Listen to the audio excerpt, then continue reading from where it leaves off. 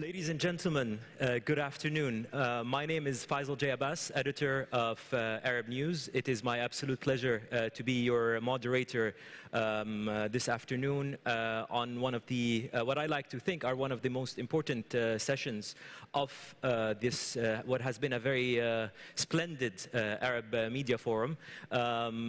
This afternoon, we're discussing the Arab image in the West, the US as an example. I'm delighted to be joined on stage with a panel of fantastic experts. To my immediate left is Mark Donfried, who is the founder of the Institute of Cultural Diplomacy in Berlin. Mark, welcome to Dubai. I believe this is your first time. Yes, no, thank you so much for the invitation. Thank you. Right next to Mark, we have Hadley Gamble, CNBC International's Middle East correspondent. Hadley has interviewed a very wide array of people in the region, all the way from King Abdullah of Jordan to President Abdel Fattah Sisi to prominent businessmen such as Mohammed Al-Abbar. Hadley, welcome on stage. Thank you for being with us. Thank you for having me. Last but certainly not least, from the US State Department, we're delighted to have their regional spokesperson, Nathan Tek, on our panel to give us a bit of an American perspective on what we are about to discuss. Thank you so much for attending this panel. I am delighted to inform you that on the occasion of the Arab Media Forum, Arab News, the Middle East leading English language daily, has partnered with YouGov, the global leader in online polling, to commission a study. Obviously, we didn't need to commission a study to tell you that there is a problem with the image of Arabs abroad. But what we wanted to find out is how bad is that problem exactly. So the study has been made available through the Arab Media Forum in Arabic online. If you go to their website, arabmediaforum.ae, and you'll see a limited edition of Arab News available for our guests today. News.com to see the whole results. But for the sake of this panel discussion, we've prepared the following video, and please join us in getting this quick recap.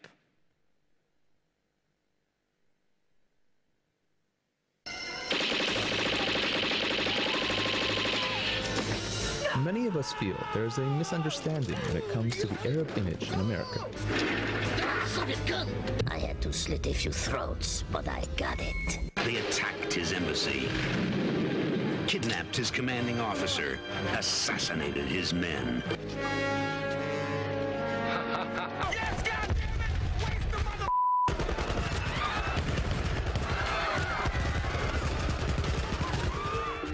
But few realize how much misunderstanding there actually is.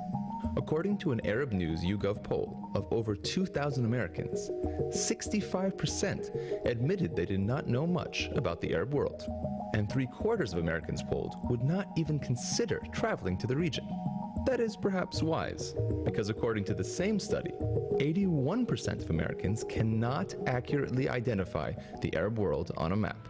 Not only that, remember Agrabah, the fictional sultanate from Disney's Aladdin? Welcome to Agrabah.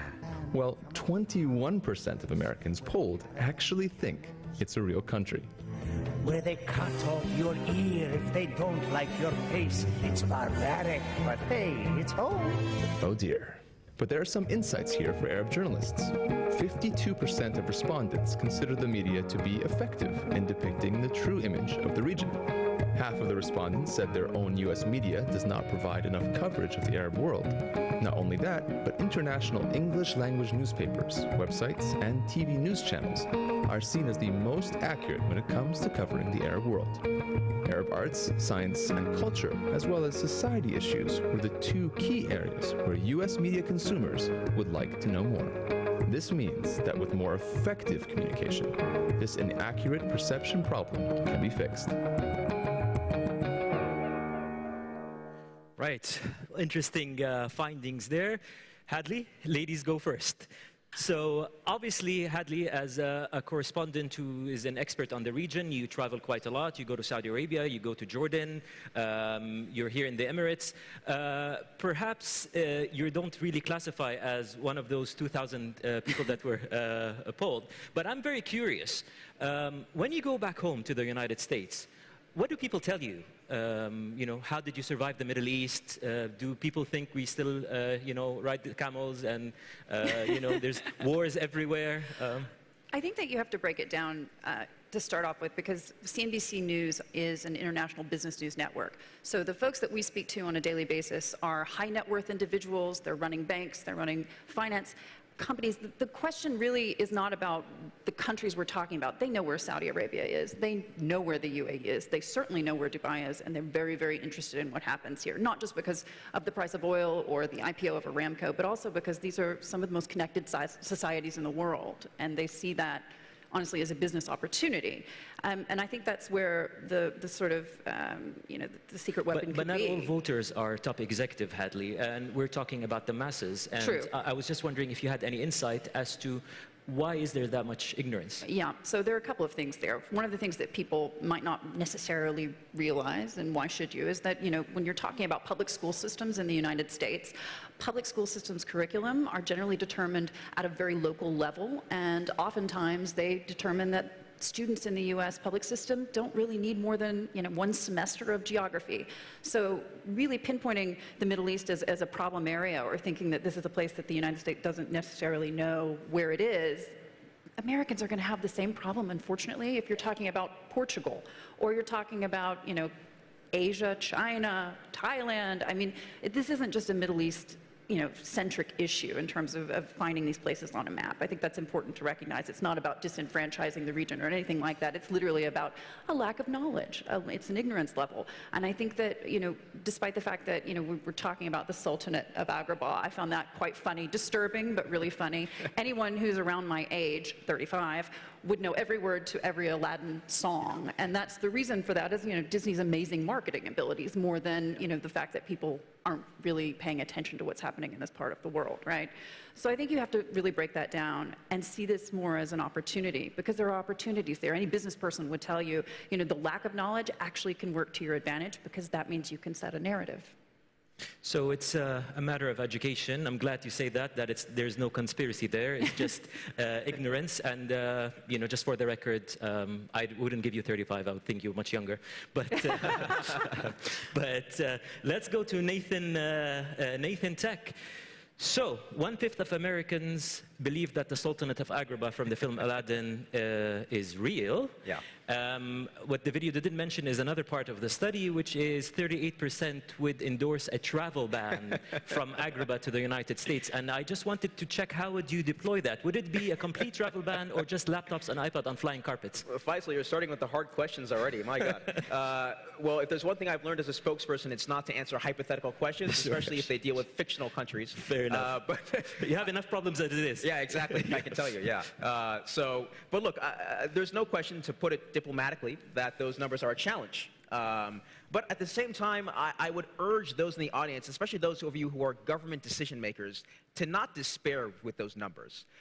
You have to take into account, as Hadley mentioned, that the United States of America is a country that historically is bounded on two sides by two massive oceans, right? The Atlantic and the Pacific. And to the north and south, we only have two neighbors, right? We are traditionally a country that has always had a sort of isolationist instinct.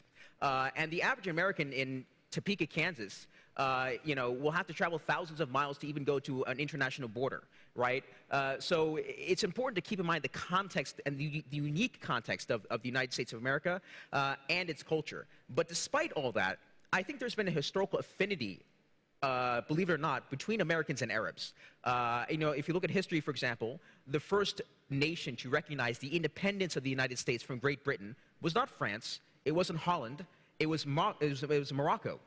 Sultan Muhammad III, in 1777, issued a document listing the United States as one of the ports of call for Moroccan traders in order to expand his opportunities commercially.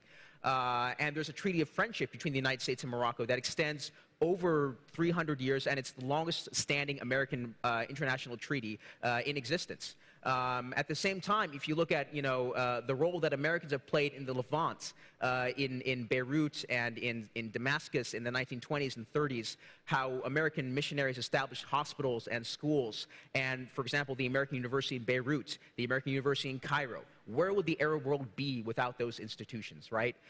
So you've always had inside the United States Americans who are passionate about traveling to the Arab world, about learning Arabic, about meeting this culture, this civilization. And so I would not despair. There's always hope and there's always opportunities to be had. And I think it's up to Arab governments to take creative and risk-taking steps in order to capture that once again. Let me ask you a follow-up question on that. As you know, the United States is a democracy, and as we all know, governments cannot go against the will of the voters. Sure. So kind of the logical question is, if there's so much ignorance, that means people could easily be misled by perhaps people who have agendas against the Arab world. As you probably know, going on different television channels and reading the press here, in certain periods of time, there's a lot of hostility towards U.S. foreign policy. So, does it just all make sense that as long as the public are not well informed about the region in America, as such, they will not vote for politicians or policies that are pro what we call Arab issues? That seems to me like there will not be a solution in the long run if we were to start going to the grassroots now. Do you think that has an impact at all on U.S. foreign policy, or does the United States government go against the will of people when it sees that it's the right thing to do? Well, first of all, let me say that we have an abiding interest in standing with our Arab partners around the region. This has been a long-standing commitment of ours. I think especially with this new administration, we've come to really been speaking loudly and boldly about the threat of Iran and the destabilizing impact that it has on the region. And I think that, we've always, throughout the centuries, throughout the decades, been strong partners in terms of economic partnerships, in terms of political partnerships, and especially in terms of security partnerships to meet common threats. So, I would reject that premise a little bit that the United States has been somewhat against Arab interests. I don't think that's exactly the case. But you raise a really important point about the democratic nature of American decision-making. When we make our foreign policy, the White House obviously is the #1 driver of that, and the president is the only member of the executive branch, aside from the vice president, who is elected entirely by all 330 million Americans, right? And of course, Congress also is extremely important. You have 535 members of Congress, each of whom represents a district, and their #1 goal is to make sure that their constituents in that district know that they are acting in their best interest. And so the key, I think, for any Arab communicator is to realize that if you want to influence decision makers in Washington, you have to go outside of Washington, right? If you want to influence a key member, for example, of the Senate Foreign Relations Committee, don't go to the Washington Press Corps only. Also look at his district's media and his district's constituents, and find ways in which you can build partnerships on the grassroots with that member of Congress's constituency as well. I think it's just really important for foreigners to understand that the United States of America is a diverse country, and we have a lot of very, very sort of vibrant media scene that has to be taken advantage of. Let me ask Mark a question before I go back to Hadley. Actually, Mark, Hadley spoke about education. And education is, I've had the privilege of visiting you at the ICD, at the Institute of Cultural Diplomacy in Berlin, and I think you guys are doing a fantastic job in kind of creating dialogue. Allow me to ask you, are you preaching to the converted? Because your institute, the kind of attendees, former diplomats, heads of states, academics, these aren't the people that are the problem. And similarly, don't you think you should be spreading cultural diplomacy in the United States, for example, where there's perhaps an issue in the education, or even in the Arab world? No, you hit the nail on the head, and I think this issue of preaching to the choir, so to speak, or to the converted is a problem fundamentally with culture diplomacy. Typically, those who will come to a culture diplomacy initiative or institute are those who do have an interest in learning about other cultures, those who do have a passport, etc.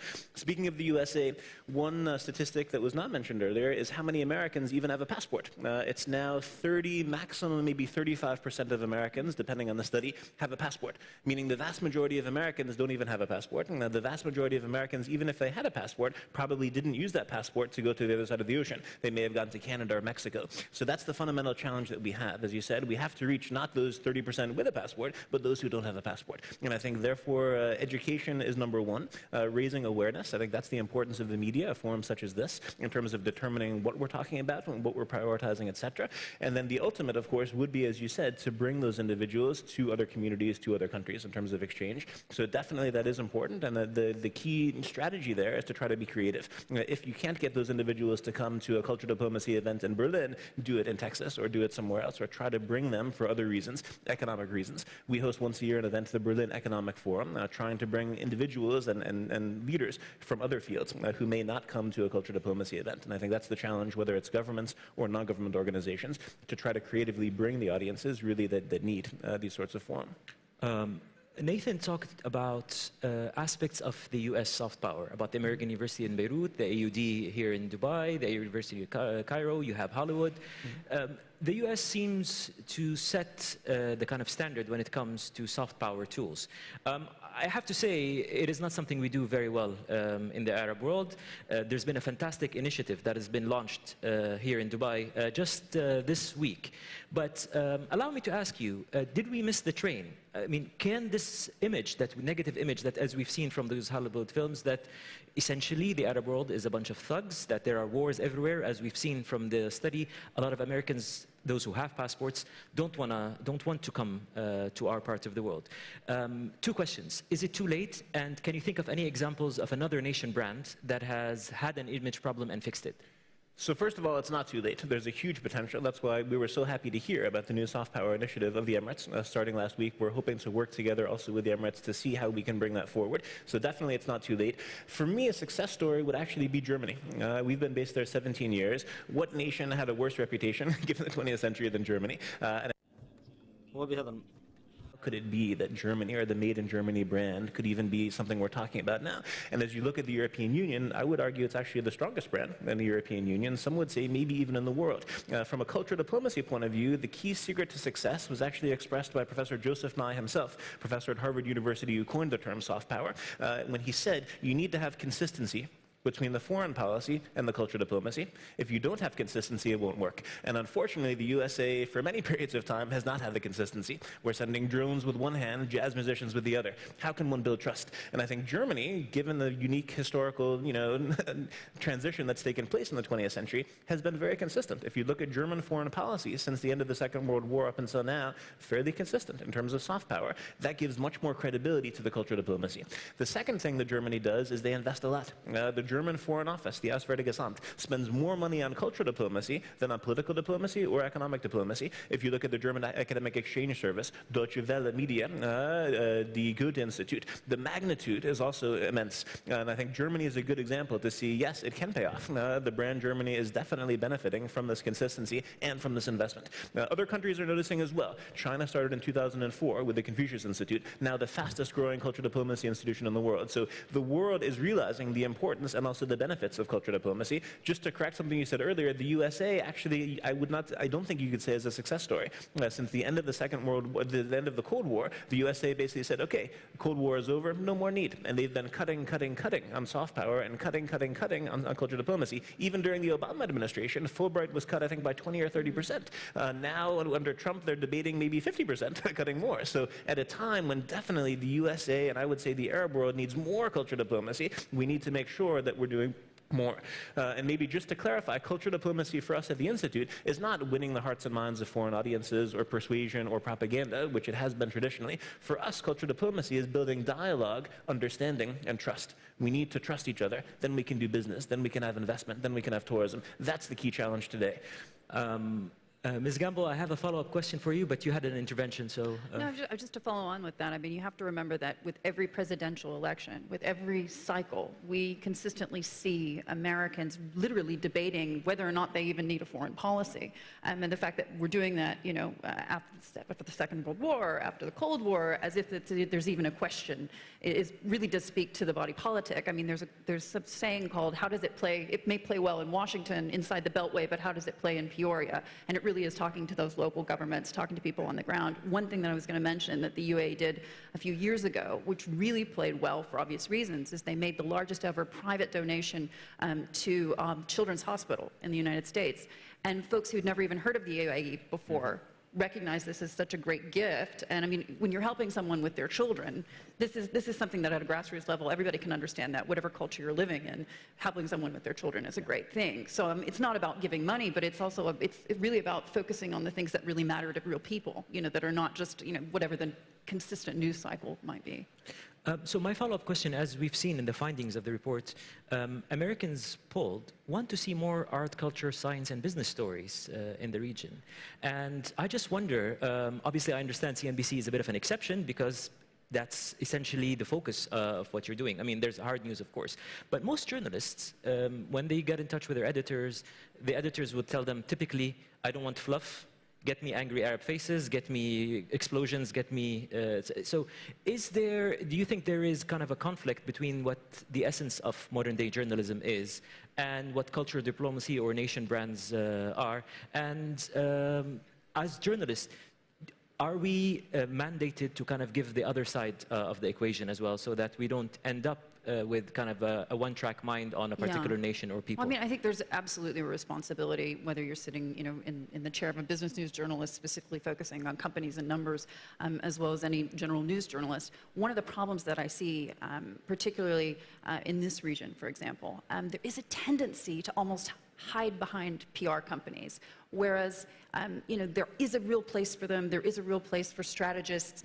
They're definitely necessary. We use them in the United States. People all over the world use them. My point is that I think that you really at some point have to allow the leadership to get out there and answer questions and really put the story out there.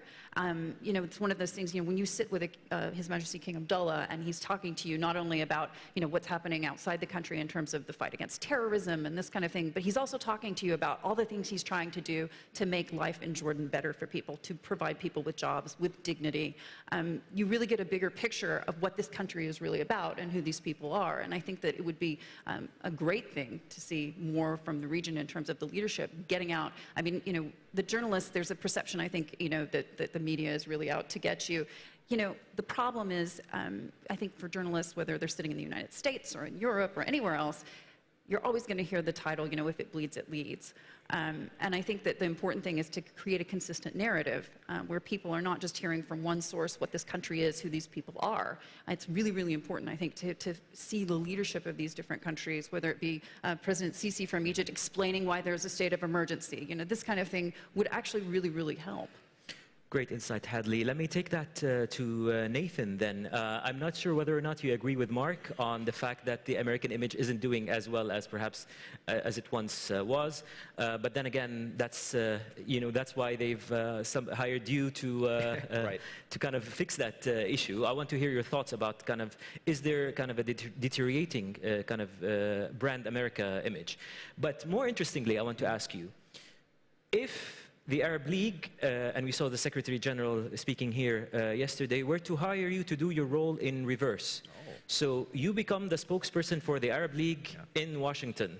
And, you know, as we are based here in the region, we know for a fact that there is a Mars mission that is going to come out from the UAE. There's so many achievements. It's Dubai, the United Arab Emirates itself is a fantastic success story. Saudi Arabia is going through its own transformation. There's the, you know, visionary Vision 2030. The changes happening in terms of entertainment, you know, nobody would have thought that we would see a live concert, for example, in Saudi Arabia, attended by males and females, sponsored by the government. So you have all these fantastic stories, but they get very little coverage in the US media. What would you do differently?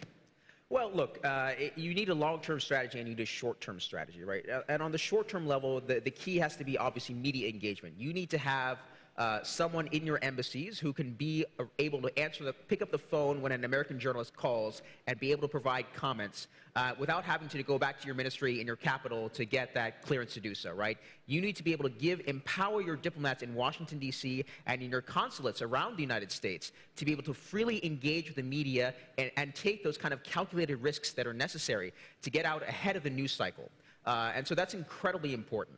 But on the longer-term sense, I think it's incredibly important that Arab governments start to look at ways in which they can encourage their own citizens to travel to the United States, to study in the United States, to take part in exchange programs, and vice versa as well, to encourage Americans, young Americans in particular, to travel to this region, to learn Arabic, to learn about Arab culture. You know, I fell in love with this region as a university student at Yale University, and I went on an exchange program in Yemen in 2007. And, you know, the moment that I remember most clearly is sitting in a majlis, you know, talking, you know, chewing cuts and, you know, talking about politics of the day, and, you know, eating Yemeni food and their you know, all the great salata and things they have there in their dishes. And that's really what sort of clicked for me when I realized that this is a great region with amazing people and a rich history and a tradition. And I want more Americans to take advantage of that. And unfortunately, there are a lot of underprivileged Americans from all walks of life, from all ethnic backgrounds, who don't have the financial resources to do so. I think Arab governments should consider strongly doing some more to help bring a wider range of Americans overseas to the Arab world, to sit in those majlises, you know, to smoke shisha in cafes, and to experience Arab culture firsthand. That's your long-term key to success. I was worried for a second you're going to say my ambition is to see more Americans chew cut. So I'm glad. Absolutely not. I'm glad you didn't. The other side of the other part of the question, Nathan, is America having a brand crisis? No, look, I really don't think so. First of all, I mean, if you want to look at the true measure of American power, it's not the number of aircraft carriers we have. It's not the number of ICBMs we have. It's the number of foreigners who have participated in American exchange programs and studied in our universities, okay? 565 current and former heads of state have participated in American exchange programs. 57 Nobel Prize laureates have participated in American exchange programs, okay? Every year, 9 million foreigners around the world are touched in some way by American embassies and their cultural outreach programs. These programs are invaluable for America's impact on the world and for our ability to implement our foreign policy, for our ability to build relationships with governments and government leaders. So I think that we've always been an open society. We've always been a society that's welcoming to foreigners and that wants to engage with the outside world. But we just do it in our own special American way. That's all. Right. The previous session went a bit over time, so I'm going to use my credit with the AMF to go a bit over time. I want to see if there are any questions from the audience. Maybe you can take one or two questions. Do we have a microphone? Yes, if you can have it to the lady here, please. And then Leila.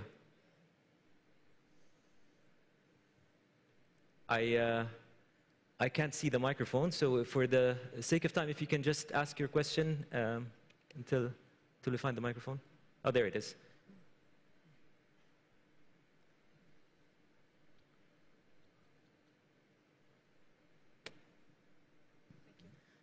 Thank you very much. Thank you. Introduce yourself, please. My name is Amina Khairi. I'm a journalist working for Al Hayat newspaper Cairo office. Thank you very much for it's a brilliant image regarding the Arabs in the US, I think, but I think it's much worse than we are listening to right now. I think I have this feeling that the image of Arabs in the US mainly nowadays, it's only about ISIS and explosions and what's happening in the Arab world after the so-called Arab Spring. And I think part of the responsibility comes within the Arab world.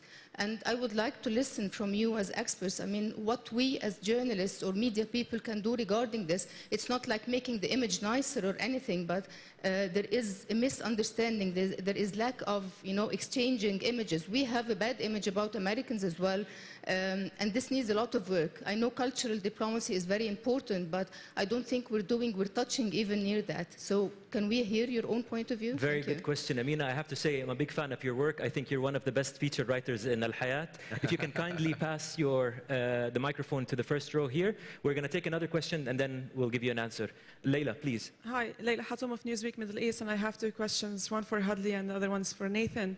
And Hadley, during my 17 years of work in journalism, I had encountered several reporters from the Western world who used to complain that their own institutions used to put agendas that prioritized basically the lives of Western citizens over Arabs over here, especially when they're covering the region.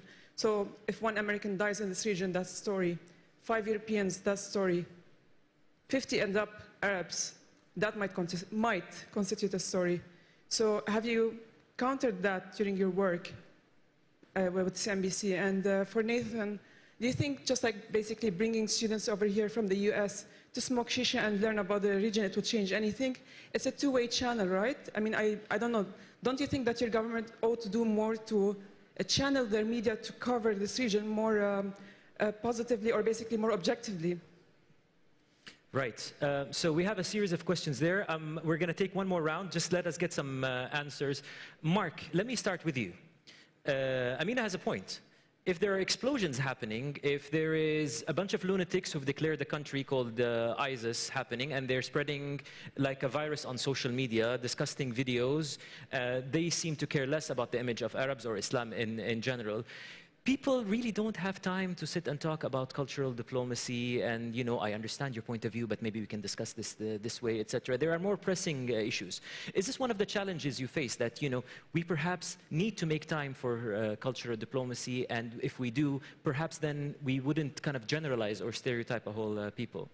Good question. Now, we would argue at the Institute, cultural diplomacy can be helpful and historically has been helpful in peaceful relationships, conflict zones, and post-conflict zones. Different strategies, of course, are necessary for each. Consistency is very important also. You can't have one foreign policy and one cultural diplomacy, but it can work. Look at, let's say, South Africa and Rwanda as two great examples where post-conflict reconciliation did happen, and it was a success. So I think there is light at the end of the tunnel. I would argue that Dubai and the Emirates right now are in perfect situation to do more cultural diplomacy, in the sense you've achieved already stability in terms of trade, commerce, etc. Just looking at the zigzag route of our airplane to actually get here in terms of the airspaces, you can see it's a very difficult region, many challenges.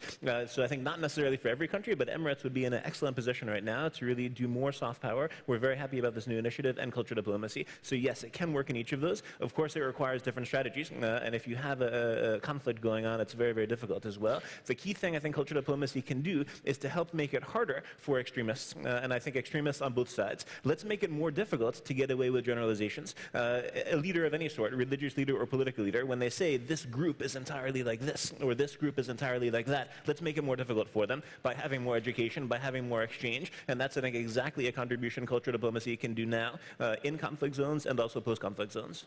Hadley, I'm going to get back to you to talk a bit about your challenges at work. I want to go to Nathan. And just as a comment, if I may interfere, I think the US government does a fantastic job. I've been on the IV program myself. Yeah. So not very countries spend that much money to bring people to the US so that they can see a different aspect of the country. And I do hope our Arab countries kind of adopt a similar program. Absolutely. I suppose you get this question a lot. Not many people realize that perhaps the US government has no sway over the media. Right. But there's American interests at stake here. And, you know, perhaps a word or two with the big networks or the newspapers that, you know, Islam is not the enemy, as you know, etc. Do you see yourself ever engaging in similar activities? Has it ever happened? Do you think it will happen? Well, look, as you said, you know, obviously we have a free press in the United States. And so I, as a government official, am very limited in my ability to influence domestic American media coverage of foreign countries. Quite frankly, the responsibility falls on the shoulders of Arab governments to take up that burden. And it's not something that we can do for you.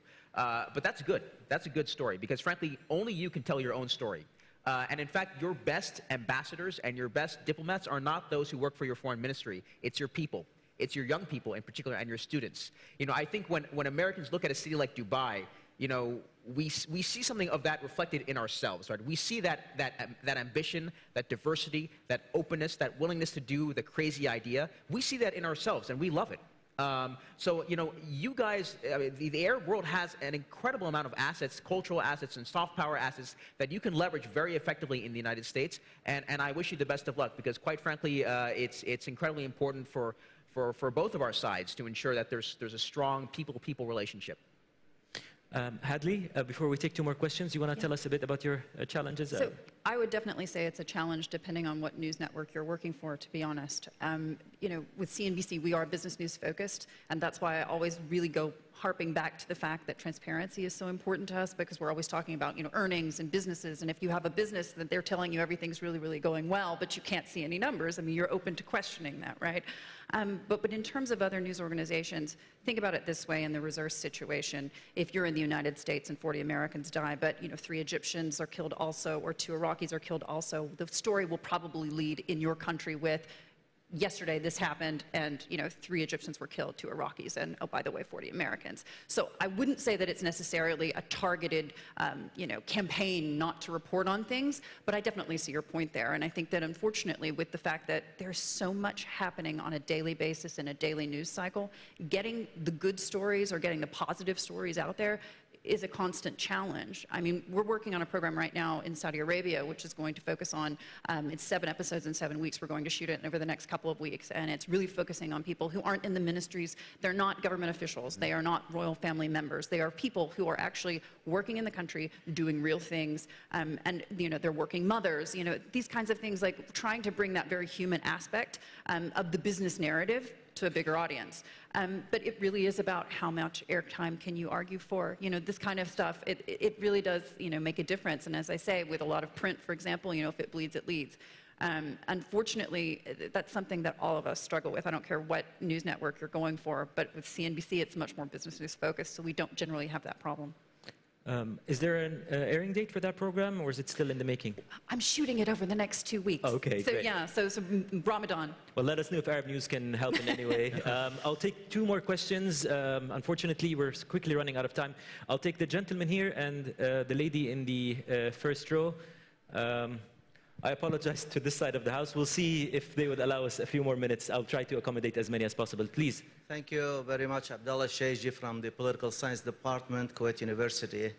As a professor of political science, U.S. politics and international relations, who studied in the United States, attended University of Texas at Austin. I teach U.S. politics. It's a two-way street. My question is to Nathan Tek. The issue of the mainstream media in the United States, the Hollywood, and how they depict Arabs and Muslims, it's becoming really annoying a lot. Like, for instance, when somebody is killed in one of the U.S. cities, the first line is the killer a Muslim? When white American or black American is killed, you talk about domestic violence. I mean, the terminology that is used is really very stereotypical, and also depicting Arabs and Muslims, associating them with terrorism, profiling, the name, even the immigrants now, even Americans who pay taxes are being really now targeted. With President Trump comes and he slaps the Muslim ban, and then he slaps only the GCC countries from Emirates, from Qatar, from Kuwait, with the laptop and with the more than your iPhone, in order to benefit American carriers. This is really getting us really in a confrontational mood. Thank you, Doctor. We really need to move up. We get the idea. Nathan, please, can you pass the microphone to the lady? One last line.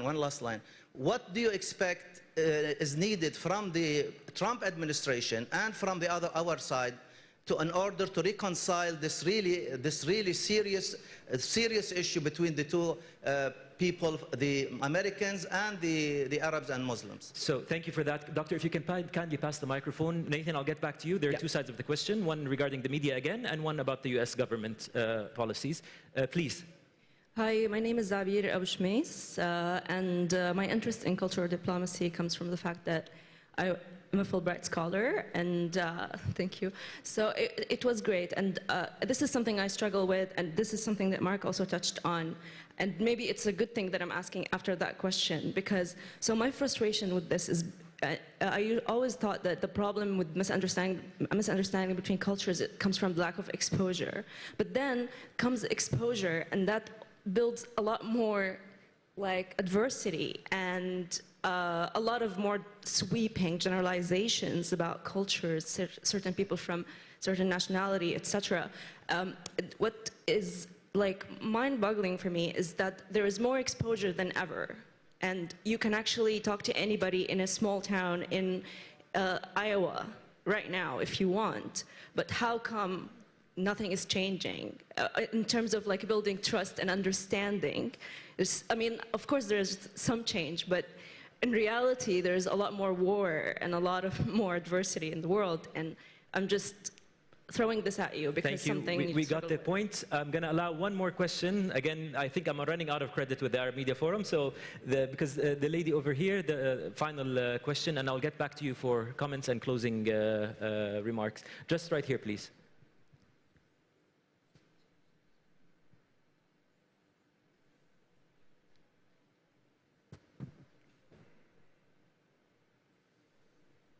Thank you.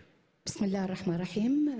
محدثتكم حليمة الملا، صحفية في مجلة مرامي التي I'm a journalist at Marami newspaper, which is issued by the Higher Family Affairs Council in Sharjah.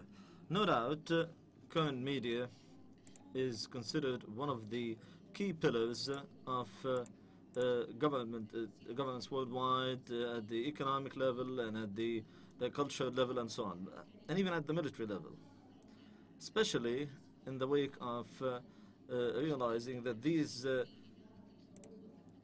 mechanisms have been playing a critical role in wars and management of conflicts, and they are shaping the international community. So I have to translate your question. So please give us a question, direct question, so I would translate it. To what extent did the American media manage to affect or to shape an enlightened public opinion? Final questions, and these are going to be the final comments. The question from the lady here, Mark, I'm going to address you with it. How long does it take to change a perception or change an image? Hadley, if you can answer the question about the role of the media. Nathan, we know that the travel ban has been reversed. What can Arab lobbies in the United States, Arab media do to help influence decision-making in America? Mark, we start with you.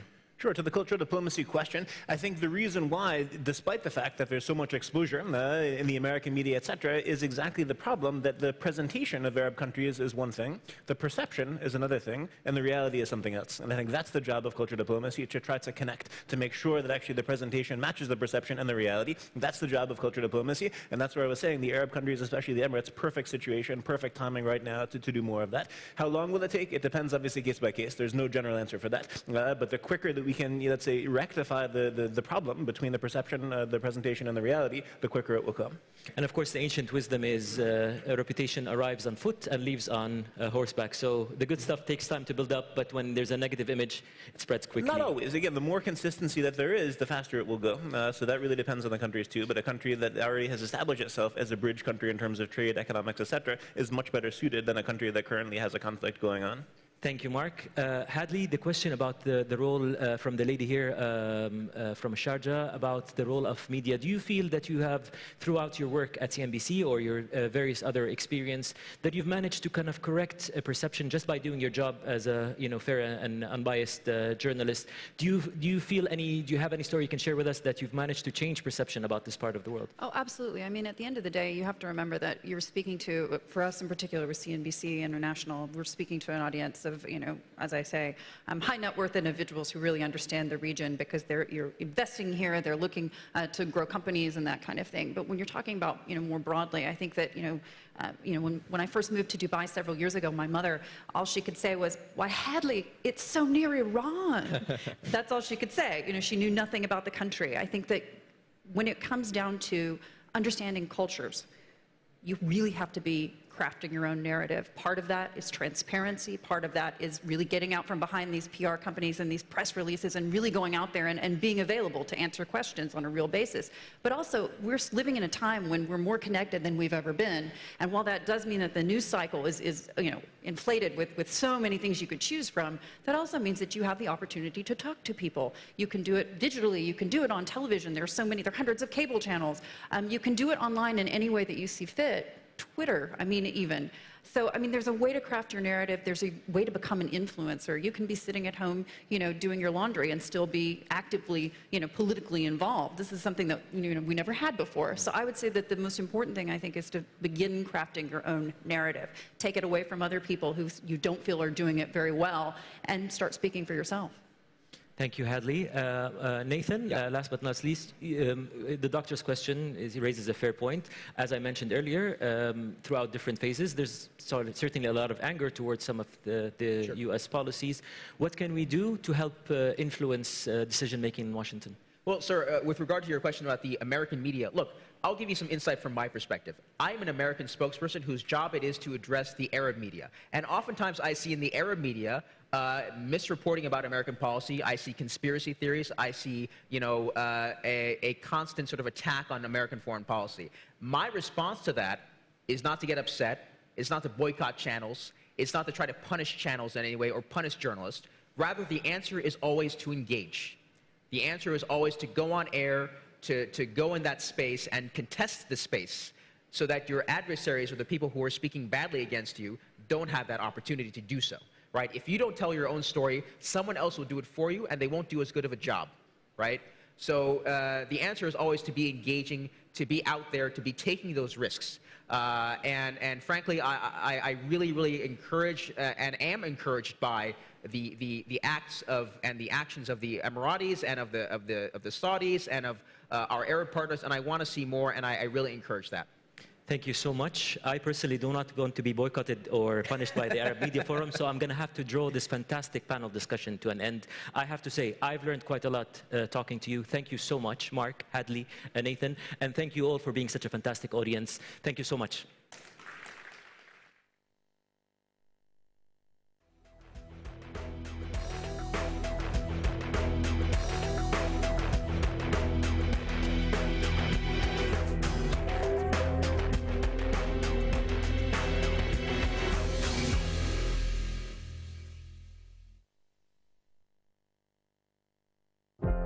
تربط التجارة بين الدول والشعوب، وكوننا حافزاً رائداً للتجارة العالمية نبني الأسس التي تقوم عليها التجارة. نربط بين الشركات والدول وندير أنشطة متعددة ولكن مترابطة، من المحطات البحرية والبرية والخدمات البحرية اللوجستية والخدمات المساعدة، وصولاً إلى الحلول التجارية المستندة إلى التكنولوجيا. من خلال محفظة أعمال عالمية تضم 77 محطة بحرية وبرية عاملة في 40 دولة عبر 6 قارات. نعمل على تمكين التجارة في 50% من اقتصادات العالم، ولقد نجحنا في بناء هذه الشبكة القوية بالشراكة مع الحكومات في جميع أنحاء العالم، وباستشراف التغييرات في أنماط التجارة وبروز طرق ومراكز تجارية جديدة. ندرك أهمية موقع الشرق الأوسط في التجارة بين آسيا